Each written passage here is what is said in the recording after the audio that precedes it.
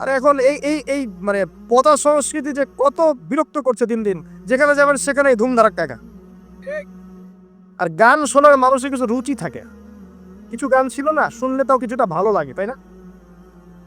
এমন কেউ নাই যে গান কানে যায় নাই, আছে না? এমন কোনো মানুষ নাই যে গান আসলে কখনো কানে যায় নাই, কানে যাবে সবার, কারণ সবাই তো ওপেনলি শোনে। কিছু কিছু গানের অ্যাটলিস্ট কিছু মান আছে, মানে শুনলে মনে হয় ঠিক আছে গান হচ্ছে, যদিও ওটা হারাম। এখন যেগুলো প্লে হয় দেখবে এমন কিছু মিউজিক, এমন কিছু ধুমধারাক্কা, গানের কোনো জাতি না, মানে শয়তান যে নাচছে ওর পাশে কোনো কোনো কোনো কি বলবো আসলে, কোনো সন্দেহ নাই ওর পাশে শয়তান নাচছে। এমন এমন সাউন্ড, আর যদি যা বলেন ভাই সাউন্ডটা একটু কমায় দেন, পাশে আলেম আছে বা মসজিদ আছে বা নামাজ হচ্ছে, আরো জোরে দিবে সাউন্ড। এটাকে সামাজিকভাবে প্রতিহত করা দরকার। এদের বিরক্তি এত বেড়ে গেছে, মাঝে মাঝে এমন কিছু দিবস আছে, দিবসগুলো গানের জ্বালা রাত্রে ঘুম হয় না। মুমিন বান্দা ঈশান নামাজ পড়ে ঘুমিয়ে যাবে, স্রষ্টা সারা রাত ঘুমই হবে না গানের জ্বালায়। বিয়ে হবে দেখবেন ধুম ধারাক্কা গান লাগিয়ে দিয়েছে। একদম একটা ফ্ল্যাটের মধ্যে 10টা পরিবার আছে, ওর কোনো খেয়ালই নাই, ও একাই পরিবার, ছাদের উপর যাবে ধুম ধারাক্কা গান বাজাবে, মাশাআল্লাহ এই বরকত নিয়ে জীবন শুরু করছে। এই অভিশাপ নিয়ে জীবন শুরু করলে বৈবাহিক জীবন সুখী হবে? তো শয়তানের আনুগত্য দিয়ে জীবন শুরু করেছে দেখবেন। আবার এমন সময় অনেক কিছু কনসার্ট হয় দেখবেন, স্টেজে এমনভাবে নাচানাচি করে মনে সুর আর বারণ নাচছে। হ্যাঁ, হাদিসে এই শব্দ এসেছে, আমার উপর রাগ করবেন না। নবী সাল্লাল্লাহু আলাইহি ওয়াসাল্লাম বলেছেন, যারা এই উম্মতের মধ্যে মাদককে হালাল করে নিবে, বাদ্যযন্ত্রকে হালাল করে নিবে, এবং যারা নর্তকী নাচাবে এবং মিউজিক্যাল ইনস্ট্রুমেন্টের সাথে এদের গভীর সম্পর্ক থাকবে, একদিন সকালে আল্লাহ পাক এদেরকে বানর আর শুয়োর বানিয়ে দিবেন। একদম টাটকা হাদিস, আখিরুজ জামানের হাদিস। পড়ে দেখেন আলেমন আমাকে জিজ্ঞাসা করেন হাদিসটা না থাকলে আমার নাম বদলায় ফেরা। এই হাদিসও আছে। এটা কি ফিজিক্যালি হবে? আমার কাছে মনে হয় না ফিজিক্যালি হয়, আল্লাহু আলাম, আল্লাহ ভালো জানে। আমার কাছে মনে হয় না যে ফিজিক্যালি হয়তো বা হবে না, ইন্টারনালি তারা বানর আর শুয়োরের মতো হয়ে গেছে, আমার কাছে তাই মনে হয়। ভিতর থেকে স্বভাবগতভাবে দেখবেন বানর আর শুয়োরের মতো করছে। তো কি করবেন? এখানে ইমান নিয়ে আপনি চলবেন কি? নূর কি জিনিস বোঝাতে কি আপনাকে এই কথাগুলো বললাম। আপনি 10টা দিন ইতিকাফ করে তারপরে এই পরিবেশে যান, আপনি আল্লাহর নূর নিজেই বুঝতে পারবেন আল্লাহর নূর কি জিনিস, আধ্যাত্মিকতা কি জিনিস। আপনার কাছে এগুলো ভালো লাগবে না, আপনার মন, আপনার কান শুনতে চাইবে না, আপনার চোখ দেখতে চাইবে না। আর এগুলোতে থাকতে থাকতে থাকতে থাকতে যদি এগুলোকে স্বাভাবিক মনে হয়, তাহলে বুঝবেন আপনার কলবে নূরের ছিটা ফোটাও নেই, কলব আগেই মরে শেষ হয়ে গেছে। এখন আমাদের কলব এই অবস্থায় আছে। আমাদের চারপাশে এগুলো দেখছি না, গান বাজনা, বাদ্যযন্ত্র, মাদক, বেহায়াপনা, অশ্লীলতা, বেপরদামি, পর্নোগ্রাফি, ব্লু ফিল্ম, সব তো দেখছি নিত্যদিন, প্রতিদিন দেখছি। এগুলো দেখে যেহেতু আমাদের মনের মধ্যে কোনো রিয়াকশন আসে না, বুঝতে হবে মন কিন্তু নাই, dead. We are living with a dead heart. আমরা একটা মৃত হৃদয় নিয়ে ঘুরছি আর কি, আর কিছু না। এখন এই হৃদয়ে ঝাঁকি দিবে কিভাবে? এই অবস্থায় মৌত আসলে কি হবে? মৌতের কষ্ট খুব বেশি হবে। মৃত মৃত কলব অবস্থায় যদি মৌত চলে আসে, তাহলে মৃত্যুর যন্ত্রণাটা খুবই কঠিন হবে। কত কঠিন হবে আমি একটা হাদিস দিয়ে বোঝাচ্ছি। আমি এই হাদিসের নাম্বার এখন বলতে পারছি না, এবং অনেকদিন আগে হাদিসটা পড়েছি, বাট আমি হাদিসটা পড়েছি। এবং যদি কেউ দলিল চান আমি আপনাকে প্রাইভেটলি দিতে পারবো ইনশাআল্লাহ। কোনো একজন নবী আল্লাহকে বলেছিলেন যে আমি বারজাখের মানুষের সাথে যোগাযোগ করতে চাই। কেমন আছে বারজাখের, বারজাখ বুঝুন তো, পরকালে বারজাখের মানুষ কিরকম আযাব, কিরকম শাস্তি ভোগ করছে, আল্লাহ আমি একটু দেখতে চাই। একজন ব্যক্তি, মেবি উনি মুসা আলাইহিস সালামের যুগের বা ঈসা আলাইহিস সালামের যুগের, আমার ঠিক মনে পড়ছে না, এর দুজনে একজন হতে পারেন। আল্লাহ পাক দেখালেন একজনকে যে এই যে এই ব্যক্তি খুবই রুগ্ন, ক্লান্ত, মানে দেখে মনে হচ্ছে তিনি খুবই পেরেশানির মধ্যে আছে। তাকে নবী জিজ্ঞাসা করছেন, একজন নবী জিজ্ঞাসা করছেন, তুমি কি অবস্থা আছো, কেমন আছো? তো সে বলছে যে আমার মৌত হয়েছে আজকে থেকে 1000 বছর আগে। আমার মৌত হয়েছে আজকে থেকে 1000 বছর আগে, এখন পর্যন্ত মৌতের যন্ত্রণা আমার যায় নাই। আমার কথা কি বুঝতে পারলেন ভাই? যার কলব যত মৃত, রূহ কবজ করার সময় তত শাস্তি হবে, তত বেশি কষ্ট হবে। যার কলব যত পবিত্র, রূহটা অত সুন্দর করে আস্তে করে বের হয়ে চলে আসবে ইনশাআল্লাহ। যেমন কলসি থেকে পানি ঢাললে যেমন হয়, এভাবে রূহটা বের হয়ে চলে আসবে। কলব পরিষ্কার না থাকলে এটা হবে না। এগুলো আধ্যাত্মিক মারেফতি কথা নয় কিন্তু বিষয়টা। এই যে আমরা অনেকে আবার এগুলোকে বানিয়ে দিয়েছি পীর মুর্দি, তাই না? এবং নেগলেক্ট করি যেগুলো পীর মুর্দি, বয়ান পড়বেন না, এসব পীর মুর্দি বলে বিষয়টা না। বিষয়টা হচ্ছে আত্মশুদ্ধি। আর একজন পীর যদি একজন মানুষকে আত্মশুদ্ধির পথে নিয়ে যেতে পারেন, বিষয়টা কখনো খারাপ করে দেখার কিছু নাই। একজন মানুষ যদি আরেকজন মানুষকে আত্মশুদ্ধির পথে নিয়ে যেতে পারেন, এটাকে খারাপ করে দেখার কিছু নাই। হ্যাঁ, এগুলোর নামে আমরা অনেক কিছু তৈরি করেছি যেগুলোর হয়তো অস্তিত্ব নাই। এটার নামে আমরা অনেক কিছু তৈরি করেছি, নিজেরা বানিয়ে নিয়েছি, এগুলো হয়তো আপনি বলতে পারেন যে হ্যাঁ এগুলো সুন্নাহ সম্মত হচ্ছে না ইত্যাদি, কিন্তু আত্মশুদ্ধির এই প্রক্রিয়াটাকে আপনি ডিসকারেজ করতে পারেন না। আর আত্মশুদ্ধি আল্লাহওয়ালা মানুষের কাছে না আসলে হবে না। আত্মশুদ্ধির এই বিষয়গুলো এই কিছু কাজ করা এবং কিছু কাজ বর্জনের সাথে জড়িত আছে। আবারও বলছি, এই বিষয়গুলোতে জড়িত থাকলে আপনি আত্মশুদ্ধি পাবেন না। যেমন মাদক, পর্নোগ্রাফি, হারাম মেয়ের সাথে জেনার সম্পর্ক, হারাম বান্ধবী, হারাম অ্যাফেয়ার্স, সুদের সাথে সম্পৃক্ত থাকলে, মনে রিয়া থাকলে, অহংকার থাকলে, গীবত তহমত করলে, এই ধরনের কাজ, বেপরদামি বেহায়াপনার মতো থাকলে, মিউজিকের সাথে থাকলে, জুয়ার সাথে থাকলে, বা এই দুনিয়ার জীবনটাকে খেলতামাশার মতো গ্রহণ করেছেন, আল্লাহর হুকুম আহকামে পরোয়া করছেন না, আজকের দিনটা এনজয় করে নিন, কালকের কি পাতা, এমন আকীদা আদর্শ যারা বিশ্বাসী, এদের মনের মধ্যে আত্মশুদ্ধি আসবে না।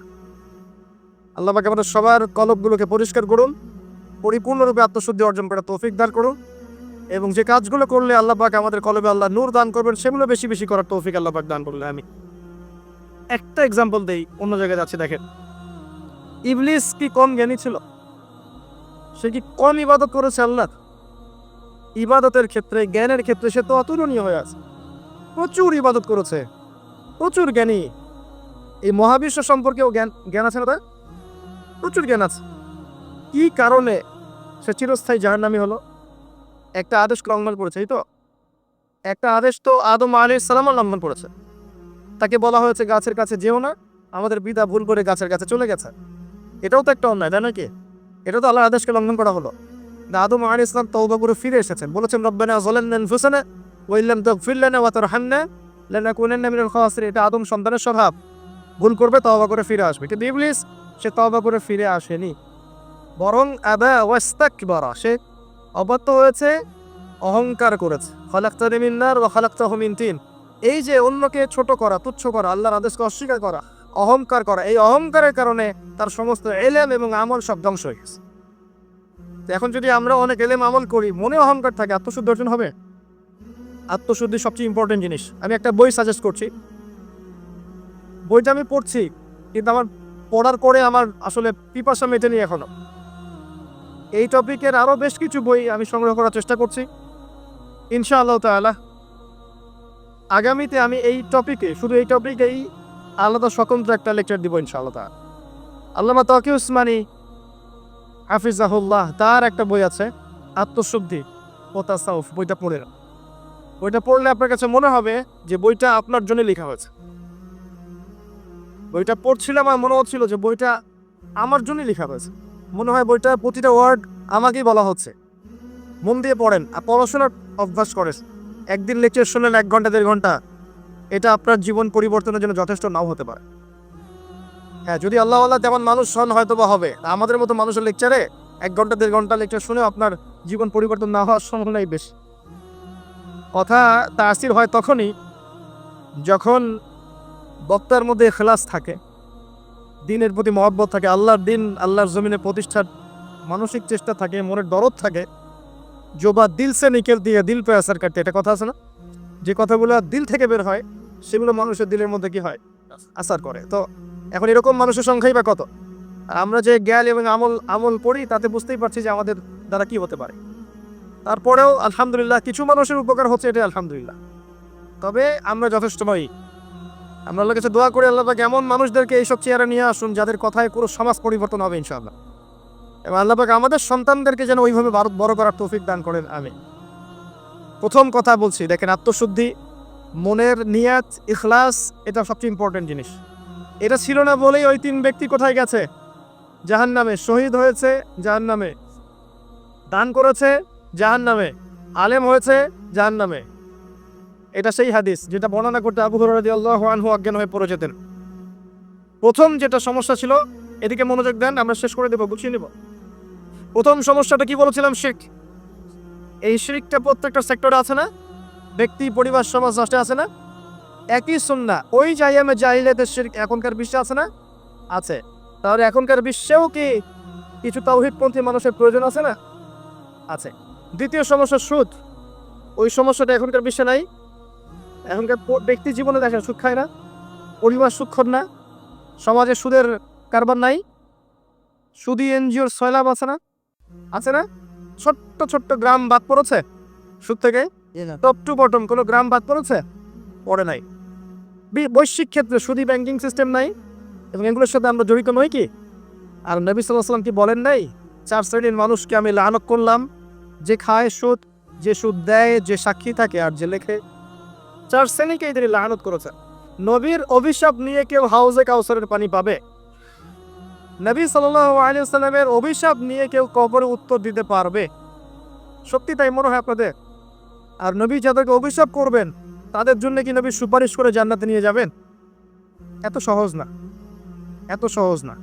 নবীর লানত কি জিনিস এটা আমরা পরকালে বুঝতে পারবো। আমল করেছে, আমল শোনেন, আমল করেছে, অনেক নেক আমল করেছে, কিন্তু আমলগুলোর মধ্যে বেদাত ছিল। কি ছিল? মানে সুন্নতকে পরিবর্তন করে নতুন আমল দিয়ে প্রতিস্থাপন করেছে, কিন্তু আমল করেছে। এই বেদাতিরা যখন হাউজে কাউসারে পানি খেতে যাবে, একটা পর্দা পড়ে যাবে, আর নবী সাল্লাল্লাহু আলাইহি ওয়াসাল্লামকে বলা হবে, নবীজি বলবেন যে ইন্নাহুম মিন্নি, তারা তো আমার উম্মত, কেন পর্দা পড়ে গেল? তাকে বলা হবে ইন্নাকা লা তাদরি মা আহদাসা বা'দাক, এরূপে আপনি জানেন না আপনার মৃত্যুর পরে আপনার দিনকে কেমন করে বিকৃত করেছিল। তখন নবীজি বলবেন সাহকান সাহকান লিমান গায়্যারা বা'দি, দূর হও, দূর হও, যারা আমার পরে দিনকে পরিবর্তন করেছে, বিদআত করেছে। এটা বেদাতির শাস্তি, তাকে দূর করে দেয়া হলো। যে আমল করেছে, সারা জীবন আমল করেছে, হালাল খেয়ে আমল করেছে, কিন্তু বেদাত করেছে, তাকে তাড়িয়ে দেয়া হলো। আর যে সুদ খাচ্ছে তাকে কি করা হবে? ভাবেন, একজন মানুষ যদি, আমার কথা শোনেন, একজন মানুষ যদি তার মায়ের সাথে জেনা করে, আপনি কি করবেন তাকে? মনে করেন কালকে উঠে দেখলেন আপনার এই গ্রামে 10 জন মানুষ পাওয়া গেছে, আজকে রাত্রে নাউজুবিল্লাহ তারা মায়ের সাথে, কথাটা বলতে আমার খারাপ লাগছে, তারা মায়ের সাথে খারাপ কাজ করেছে আজকে রাতে, কালকে সকালে এই 10 জনের যদি দোষ প্রকাশ, আপনি কি করবেন? কি করবেন? ফুলের মালা দিবেন? বড় বড় সুন্দর সুন্দর চেয়ার দিবেন, না বড় বড় অফিস করে দিবেন? কোটটাই পরিয়ে বসিয়ে দিবেন? সুদের মধ্য দিয়ে আমরা তাই করছি। নবী সাল্লাল্লাহু আলাইহি ওয়াসাল্লাম বলেছেন 73টা পাপের শাখা আছে, তার সবচেয়ে নিম্ন শাখা কি? আপনারা বলেন না, হাদিসটা তো আপনারা জানেন, বলেন সবচেয়ে নিম্ন শাখা কি? নিজের মায়ের সাথে। আর কোন ব্যক্তি যদি এই কাজটা করে, আপনি তাকে কিভাবে দেখবেন? একজন ব্যক্তি যদি একাধিক বিয়ে করে, তাকেই তো দেখতে পারেন না। একজন ব্যক্তি যদি ধর্ষণ করে, তো ধর্ষকের শাস্তি আছে না? ধর্ষককে কি সমাজে মানুষ ভালো চোখে থাকে? ঘৃণা করে। এমনকি দেখা যায় যে মজলুম মেয়েটার উপর অত্যাচার করা হয়েছে, ওরই তো সারা জীবন বিয়ে হয় না, এমন হয় না? কত বড় ফলাফল সমাজে বয়ে নিয়ে আসে, তাই না? এখন একজন ব্যক্তি যদি মায়ের সাথে জেনা করে, আপনি তাকে কি করতে চাইবেন? নবীজি বলেছেন সাল্লাল্লাহু আলাইহি ওয়াসাল্লাম, আপনার নবী, আপনারই নবী, যাকে কবরে দেখানো হবে আপনাকে, তিনি বলেছেন যে এ 73টা পাপ আছে রিবার, তার সবচেয়ে নিচের পাপ হচ্ছে নিজের মাকে বিয়ে করা। নবীর সাথে ডিল করেন, এখন আমার সাথে প্লিজ রাগ হবেন না। কিয়ামতের মাঠের জন্য অপেক্ষা করেন, আল্লাহ নবীর সাথে আপনার সাক্ষাৎ হবে, সেদিন তাকে জিজ্ঞাসা করবেন কেন আপনি হাদিস বলে গিয়েছিলেন? আপনি সমাজকে পিছিয়ে দিয়েছেন, অর্থনীতিকে পিছিয়ে দিয়েছেন, এই হাদিস কেন বলতে গেলেন?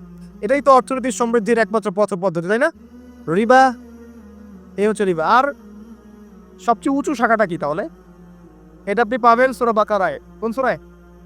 আয়াত নাম্বার 279 থেকে শুরু করে পড়া শুরু করবেন, দেখবেন ওখানে আল্লাহ পাক বলেছেন ইয়া আইয়ুহাল্লাযীনা আমানু, হে মুমিনগণ, ইত্তাকুল্লাহ, আল্লাহকে ভয় করো, ওয়া যারু মা বাকিয়া মিনার রিবা, সুদ ছেড়ে দাও, সুদ ছেড়ে দাও। আল্লাহ বলছেন ইল্লাম তাফআল, তোমরা যদি এটা না করো, ফাযারু বিহারবি মিনাল্লাহি ওয়া রাসূলিহি, আর আল্লাহ এবং তার রাসূলের সাথে যুদ্ধের ঘোষণা শুনে রাখ। এটা সবচেয়ে উঁচু লেভেল। আল্লাহ এবং তার রাসূলের সাথে কারো যুদ্ধ হচ্ছে মনে করে, কথার কথা, আপনি কার পক্ষ নেবেন? এটা আমরা বলছি ঠিকই, আল্লাহ এবং তার রাসূলের সাথে যুদ্ধ হচ্ছে, কিছু মানুষ তার সাথে যুদ্ধ করছে। মনে করেন রাসূল সাল্লাল্লাহু আলাইহি ওয়াসাল্লাম জীবিত আছেন, একদিকে দাঁড়িয়ে আছেন, কথার কথা, এবং তার অপোজিশনে ধরেন 1 লক্ষ মানুষ দাঁড়িয়ে আছে, যাদের হাতে অত্যাধুনিক মারণাস্ত্র আছে, নবী সাল্লাল্লাহু আলাইহি ওয়াসাল্লাম হাতে কিছু নাই, তিনি একা মনে করেন, আপনি তার উম্মত। এখন আপনি এই যুদ্ধে কার পক্ষে দাঁড়াবেন? কথা বুঝতে পারছেন? আমরা এখন কার পক্ষে দাঁড়িয়ে আছি জানেন? ওই মানুষদের পক্ষে যারা অস্ত্রশস্ত্র নিয়ে নবীর এগেইনস্টে দাঁড়িয়ে আছে। আমাদের উচিত ছিল নবীর পক্ষে, আল্লাহর পক্ষে দাঁড়ানো। আমরা এরিবার মধ্য দিয়ে তার বিপক্ষে দাঁড়িয়ে আছি। সূরা বাকারা পড়ে দেখেন, তা আমার কথা না, একটা কথা বানিয়ে বলে নেই, একটা কথা এদিক ওদিক যাবে না ইনশাআল্লাহ। এটাই লেখা আছে কোরআনে, ওয়াইল্লাম তাফআলু ফা'যালু বিহারবিন মিনাল্লাহি ওয়া রাসূলিহি। যে কোনো আলেমকে জিজ্ঞাসা করেন, যে কোনো মাযহাবে এই কথাই বলবে, যদি সাহস থেকে থাকে, সৎ সাহস।